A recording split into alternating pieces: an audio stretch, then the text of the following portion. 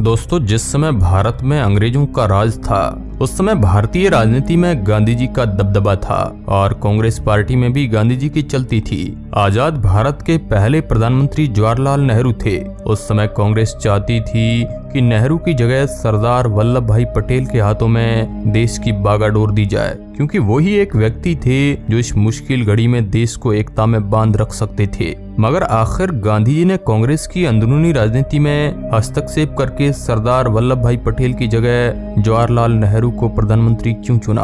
भारतीय कांग्रेस कमेटी में भी 15 में से 12 प्रांतीय कांग्रेस कमेटियों ने सरदार पटेल का नाम प्रस्तावित किया था। इस चुनाव में नेहरू जी का नाम भी नहीं था, फिर भी आखिर गांधी जी ने नेहरू जी को प्रधानमंत्री क्यों बनाया? आखिर क्यों गांधी जी ने जिद करके जवाहरलाल नेहरू को प्रधानमंत्री पद के लिए चुना?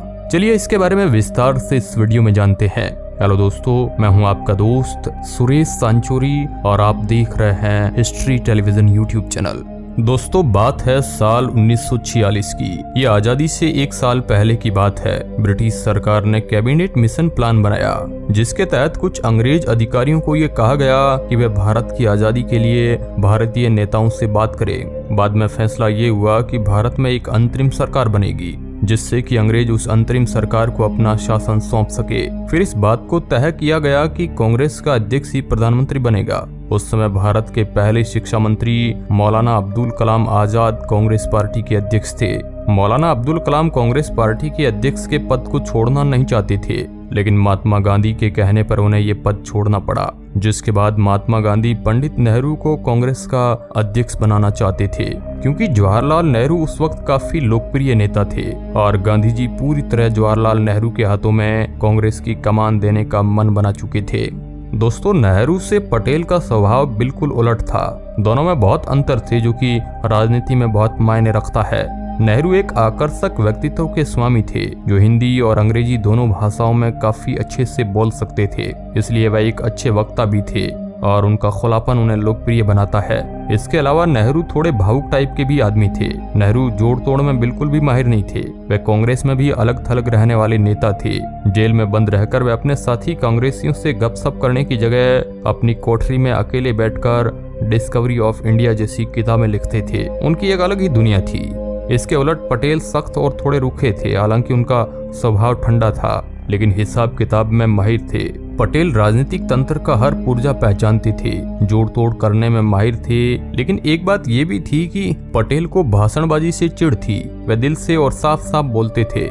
ऐसा नहीं था कि मुसलमानों को लेकर उनके मन में आरएसएस जैसी कोई तृष्णा या पूर्वाग्रह था, लेकिन खरा खरा बोलने के कारण वह देश के मुसलमानों में थोड़ा नापसंद किए जाने लगे। नेहरू आधुनिक हिंदुस्तान और धर्मनिरपेक्ष भारत का सपना देखते थे, तो पटेल राष्ट्रीय हितों को सर्वोपरि रखते थे। हिंदू और हिंदू परंपरा को लेकर उनके मन में थोड़ा कोमल भावनाएं थी, जो वक्त बेवक्त पर उन्हें उत्तेजित कर देती थी। फिर तारीख आती है 20 अप्रैल 1946। गांधी मौलाना अब्दुल कलाम आजाद को एक पत्र लिखकर कहते हैं कि वह एक वक्तव्य जारी करे कि अब वह अध्यक्ष नहीं बने रहना चाहते हैं। इस पत्र के बाद पूरे कांग्रेस में खबर फैल गई कि गांधी नेहरू को प्रधानमंत्री बनाना चाहते हैं। 29 अप्रैल 1946 में कांग्रेस कार्य समिति की बैठक में कांग्रेस पार्टी का एक अध्यक्ष चुना जाना था और उस अध्यक्ष को ही कुछ महीने बाद ही अंतरिम सरकार में भारत का प्रधानमंत्री बनना था। इस बैठक में महात्मा गांधी के अलावा नेहरू, सरदार पटेल, आचार्य कृपलानी, राजेंद्र प्रसाद, खान अब्दुल गफ्फार खान के साथ कई कांग्रेसी बड़े नेता शामिल थे।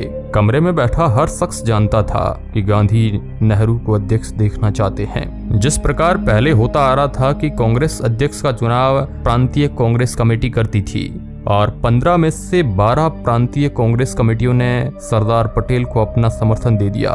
बची हुई 3 कमेटियों ने आचार्य जेबी कृपलानी और पदाबी सीतारमैया का नाम प्रस्तावित किया था। यहाँ पर किसी भी प्रांतीय कमेटी ने नेहरू का नाम तक नहीं लिया था, जबकि सारी कमेटियों को ये बात पता थी कि गांधी जी नेहरू को ही अध्यक्ष बनाना चाहते हैं। इसके बाद सभी लोग वहाँ पर बैठे ही थे और गांधी जी ने नेहरू की तरफ देखकर कहा, जवाहर वर्किंग कमेटी के अलावा किसी भी प्रांतीय कमेटी ने तुम्हारा नाम नहीं सुझाया है, तुम्हारा क्या कहना है? गांधी जी की इस बात पर नेहरू कुछ नहीं बोले, वो चुप रहे। वहाँ बैठे सारे लोग खामोश थे।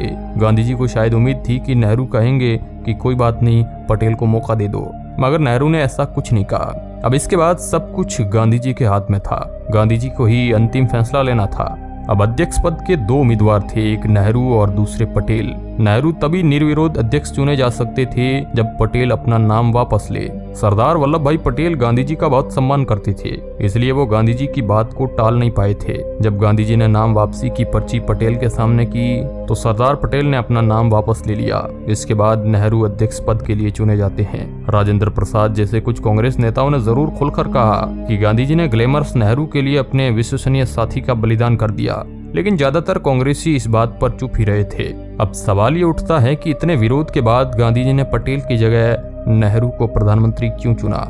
जैसा कि गांधी जी ने कहा था कि उनके पास इसकी कई वजह थी, लेकिन वे वजह न तो किसी ने उनसे पूछी न उन्होंने किसी को बताई। कांग्रेस में तो किसी में हिम्मत नहीं थी कि वह बापू से पूछे कि सरदार पटेल जैसे योग्य नेता को छोड़कर आपने नेहरू को क्यों चुना। सब जानते थे कि जमीनी स्तर पर पटेल के पांव मजबूत है, वह मोहम्मद अली जिन्ना से भी अच्छी तरह मोलभाव कर सकते थे। जब महात्मा गांधी से एक पत्रकार ने पूछा कि आपने पटेल को क्यों नहीं चुना, तो गांधी जी ने माना कि बतौर कांग्रेस अध्यक्ष पटेल एक बेहतर नेगोशिएटर और ऑर्गेनाइजर हो सकते हैं, लेकिन उन्हें लगता है कि नेहरू को सरकार का नेतृत्व करना चाहिए। पत्रकार ने पूछा कि ये गुण आप पटेल में क्यों नहीं देख पाते, तो इस पर गांधी जी ने हंसते हुए कहा, जवाहर हमारे कैंप में अकेला अंग्रेज है। उन्होंने कहा, जवाहर दूसरे नंबर पर आने के लिए कभी तैयार नहीं होंगे। वो अंतर्राष्ट्रीय विषयों को पटेल के मुकाबले अच्छे से समझते हैं, वो इसमें अच्छी भूमिका निभा सकते हैं।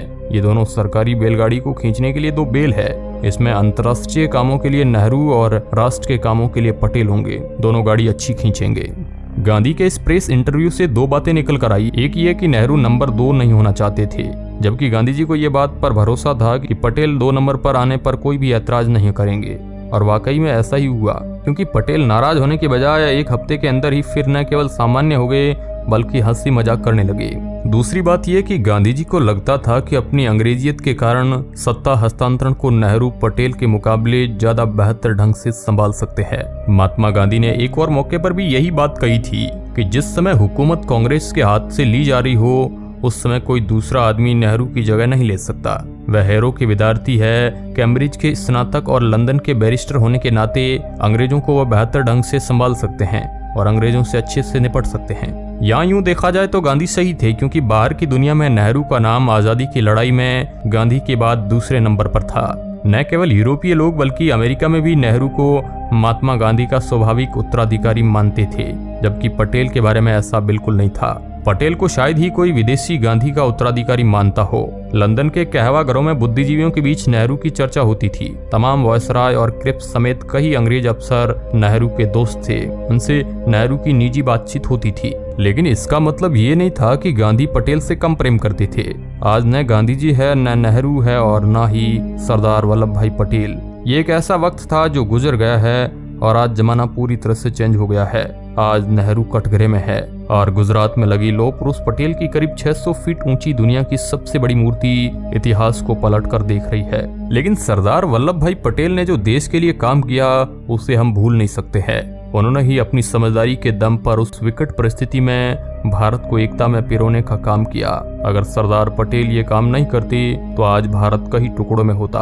आप इस मुद्दे पर क्या सोचते हैं, कमेंट के माध्यम से हमें जरूर बताएं। और इस तरह की ज्ञानवर्धक वीडियो देखने के लिए आप हमारे चैनल हिस्ट्री टेलीविजन को सब्सक्राइब कर सकते हैं। धन्यवाद।